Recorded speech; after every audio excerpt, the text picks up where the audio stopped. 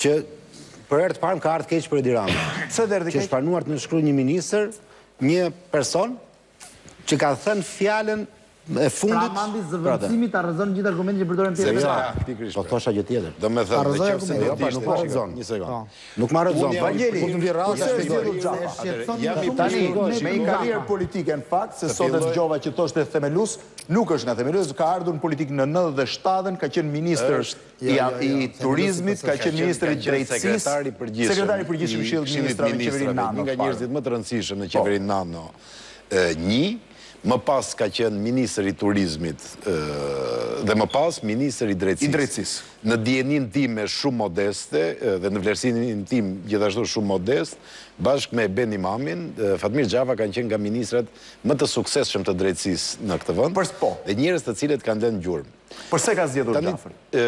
Ka shumë arsye. Ka shumë arsye dhe për t'i dhënë një përgjigje lakonike, pyetjes sënde u mund të thosha pse jo Fatmir Xhafën dhe nuk do të kisha asnjë argument kundër, do më thënë që ta refuzonte këtë kandidaturë. Është një kandidaturë thellësisht politike dhe shkon në linjën e asaj që unë ju thash edhe pak më parë, që ndryshimet e qeverisë i bëri Rama në këtë moment, bashkë me bashkëaksionerin e tij Metën në qeverisje, nuk janë shenjë dobësie, po përkundrazi janë një akt force.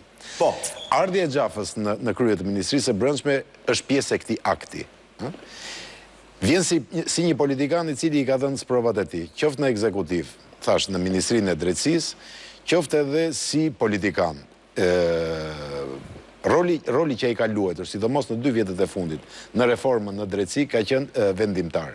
Mund të ketë shumë qortime dhe shumë amendësime për mënyrat e ndryshme, për teknika dhe teknikalitetet të shkrimit të neneve të ndryshme, por jo për frymën. Jo për frymën të cilës ju dha reforma, kërkesës dhe nevojës urgjente dhe emergjente për të ndryshuar sistemin e drejtësisë. Është një njeri i cili në profesionin e tij. Nuk po bëjmë biografinë e Xhafës, po flas për biografi. Çfarë kodi ka? Me çfarë kodi ai ka vendosur? Xhafa është Partia Socialiste përballë rilindjes. Nëse këto janë 2 etnitete të veçanta, të themi, pra shtylla kurizore e hershme e Partisë Socialiste dhe prurjet e reja të zotit Rama, zoti Xhafa është një vi lidhse mes të dyjave. Po cili ka qenë qëllimi i zgjedhjes I pranueshëm nga të gjithë dhe pavarësisht të gjithave, po ju them diçka që dhe pjesë jo e klaneve. Pjesë jo e klaneve, bashkë me Ruçin, zakonisht kanë përbërë tandemin që përcaktonte fituesin në të gjitha ndeshjet e brendshme në Partinë Socialiste, dhe ajo që është e rëndësishme Blend, për të thënë, pavarësisht ndeshjeve politike, Sali Berisha, njeriu me një talent të gjithë pranuar politik, e ka njohur tek Fatmir Xhafa politikanin e racës. E ka kundërshtuar dhe e ka luftuar si kundërshtar, por e ka respektuar si një autoritet të tillë. Më ngjan se ka përgjimi... Kishte status sot Berisha në Facebook, janë për respektim. Bën atë të zakonshëm, i vetmi detaj që është... Cili është kodi i zëvendësimit? A ma thua do të kodi, se mos bëjmë biografi. Unë po ju them, nuk ka të bëj fare, është PS-ja tradicionale dhe PS-ja e nesërme.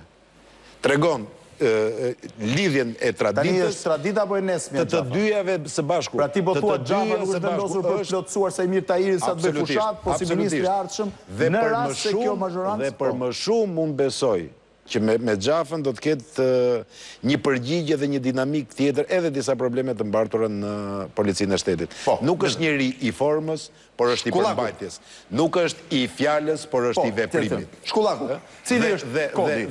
Më fal, dhe edhe një herë emërimi i Xhafës tregon edhe për disa ekuilibra të rinj të cilët po formatohen në Partinë Socialiste, siç është e Udhës, në çdo parti përpara zgjedhjeve.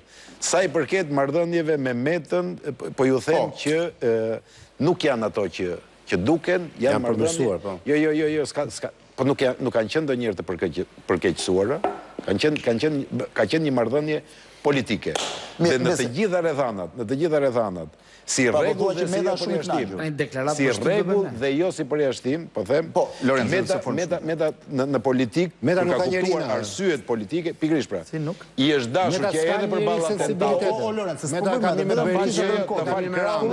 bëjë kodi i zgjedhjes. Ka shumë mendoj që Rama ka pas parasysh 2. element, mendoj unë. Në radhë parë, shqetësimin e tij kryesor që është pika 3, për të bindur njerëzit e tjerë që kjo... Për tu angazhuar, që ky ndryshim